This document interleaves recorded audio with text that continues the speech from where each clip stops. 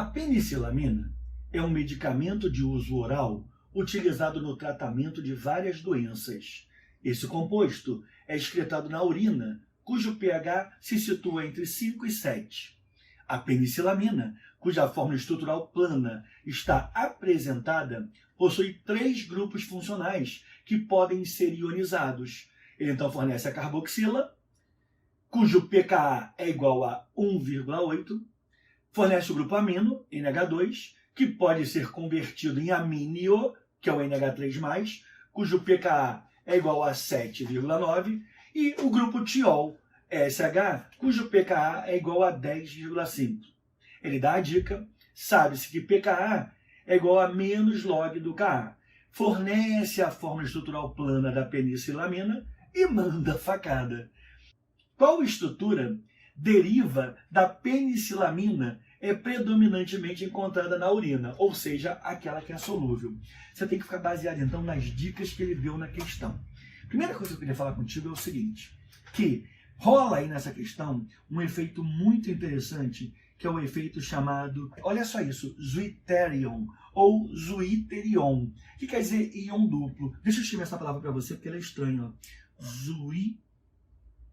Zwitterion, ou zwitterion, ou íon duplo. O que é o zwitterion? Se você for perceber a molécula que nós mostramos para você aqui em zoom, da penicilamina, essa molécula, gente, ela tem uma peculiaridade. Ela é claramente um aminoácido. Você vê aqui o grupo amino, representado pelo NH2. Lembrando que amino, NH2, é um grupo considerado básico. É uma base segundo a teoria de Lewis, lembra? A gente tem que revisar o tempo todo, né? Então ela pode doar seu par de elétron para um íon H+.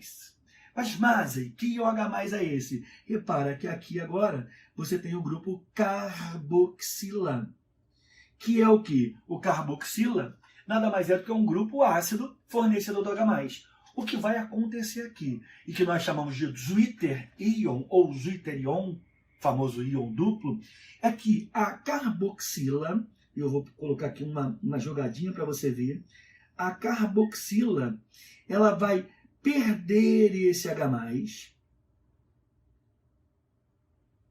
ela vai perder esse H+ aqui, porque esse H+ aqui, pessoal, ele vai sair da carboxila e vai ser recebido pelo amino.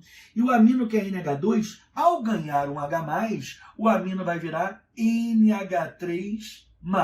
E quem é que tem capacidade de ionizar mais, de produzir mais o íon H+, para doar esse íon H+ ao NH2, para que o NH2 amino vira amínio? Sacou? Então entenda isso. É aí que é a grande dica que ele faz do pKa. Você tem que lembrar, a primeira coisa, gente, é que pKa é menos log do Ka. Ou seja, a conclusão disso aqui é que se o pKa é menos log do Ka, a gente pode ter em mente uma coisa, que quanto maior for o pKa, menor é o Ka, a constante de acidez.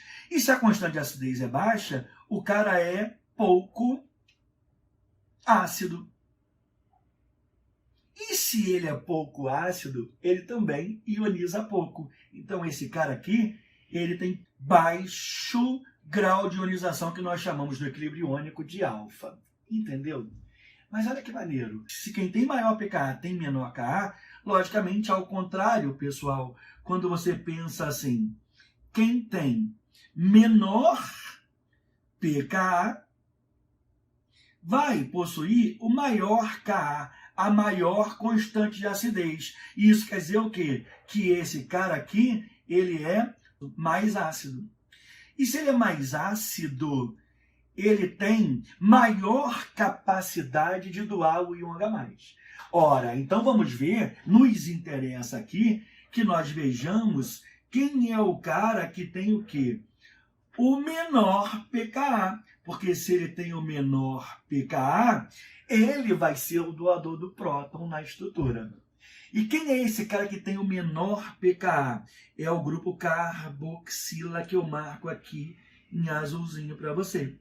É a carboxila. É ela quem vai doar o H+, para o grupo amino, que é o grupo básico. Percebeu? Quando você olha o item A, que eu vou fazer um zoom para você, não é a resposta. Porque, repara, ó, no item A, tanto o tiol perdeu hidrogênio e virou ânion, quanto a carboxila. Mas repara que ninguém perdeu esse H+. Ele foi para o meio. Então essa estrutura não é a que vai acontecer. Isso aqui é falso. Quando você olha a letra B, uma coisa interessante. Você vê que o tiol, o SH, perdeu o hidrogênio, mas perdeu para o meio. Entendeu? Não forma o íon zwitterium. Porque para formar o íon zwitterium, aqui você teria que ter NH3, mas não foi o que aconteceu. Isso aqui também é falso. Mas me chama muito a atenção a letra C. Olha que maneira a letra C, você consegue entender o assunto direitinho. Ó. Aqui o que era carboxila, que era COOH, esse cara perdeu seu hidrogênio, virou ânion carboxilato. E para onde foi o hidrogênio dele? Justamente para o grupo. Deixa eu trazer as duas estruturas para você ver. Ó, o H daqui deixou de existir e foi exatamente para o grupo NH3. E aqui, então, você tem exatamente o efeito Zwitter-Ion. Resposta da questão, letra C. Agora, se liga, aqui no canal, a gente tem como tradição discutir todos os itens. Até porque a gente já descobriu que o item que é falso esse ano pode ser verdadeiro o ano que vem. Então vale a pena a gente fazer essa revisãozinha, né?